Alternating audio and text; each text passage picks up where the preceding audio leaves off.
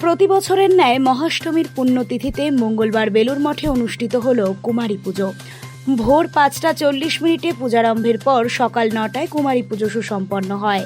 স্বামী বিবেকানন্দ ১৯০১ সালে এই আচার শুরু করেছিলেন। তখন থেকেই প্রথা মেনে মহাষ্টমীর সকালে অল্প বয়সী এক বালিকাকে দেবী রূপে পূজা করা হয়। জনমতে বিশ্বাস ১ থেকে ১৬ বছর বয়সে কুমারীরা নেতিবাচক শক্তির ঊর্ধ্বে থাকে, তখন তাদের মধ্যে মাতৃভাবনাও প্রকাশ পায়। এবছরও কুমারীকে উমা রূপে পূজা করা হয়েছে। এদিন মঠ প্রাঙ্গণে ভক্ত ও দর্শনার্থীদের ঢল নামে।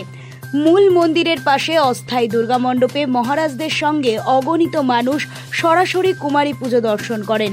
পাশাপাশি প্রাঙ্গণে বসার আলাদা ব্যবস্থাও করা হয়। এছাড়াও জায়ান্ট স্ক্রিনে সম্প্রচারের মাধ্যমে ভিড় সামলানো হয়। যারা মঠে আসতে পারেননি তাদের জন্যও ছিল সুব্যবস্থা। তারা সোশ্যাল মিডিয়ার চ্যানেলের মাধ্যমে সরাসরি অনুষ্ঠান দেখতে পেয়েছেন। কুমারী পুজোর পাশাপাশি সন্ধ্যা ৫টা ৪৩ থেকে ৬টা ৩১ পর্যন্ত সন্ধি পুজোরও আয়োজন রয়েছে।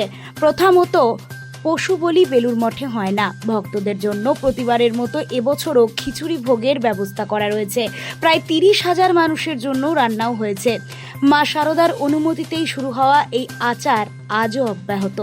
আর সেই প্রথার সাক্ষী হতে মহাষ্টমীর দিনে বেলুর মঠে ভক্তদের অগণিত সমাগম ছিল চোখে পড়ার মতো। আমি ডানকুনি থেকে এসেছি। কুমারী পূজা খুবই ভালো, খুবই সুন্দর। আর গঙ্গার পাশে পুরো বেলুর মঠটা খুবই ফেমাস জায়গাটা। প্লাস প্রত্যেক বছর বেলুর মঠে এই যে কুমারী পুজোটা হয় খুবই ভালো, খুবই সুন্দর। আমরা এখানে আসার জন্য প্রত্যেক বছর অপেক্ষায় থাকি কখন আসবে কখন যাব। আমরা দমদম ক্যান্টনমেন্ট থেকে এসেছি। বেলুর মঠে আজকে অষ্টমী পুজোর দিন কুমারী পূজা হয়, যার জন্য তাড়াতাড়ি আসার জন্য চেষ্টা করেছিলাম, কিন্তু দেখতে পাইনি আমরা বাই চান্স। তো এমনি সব ভালো ছিল, দেখতে খুব সুন্দর লাগছে। দেখলাম পূজাটা হয়ে গেছে, আমি দেখতে পাইনি। হ্যাঁ, এত ভিড়, অনেক ভিড়, লোকজন আর অনেক আগেই হয়ে গেছে, আমার আসতে লেট হয়েছে এই জন্য। Bureau report, Nobel Bangla.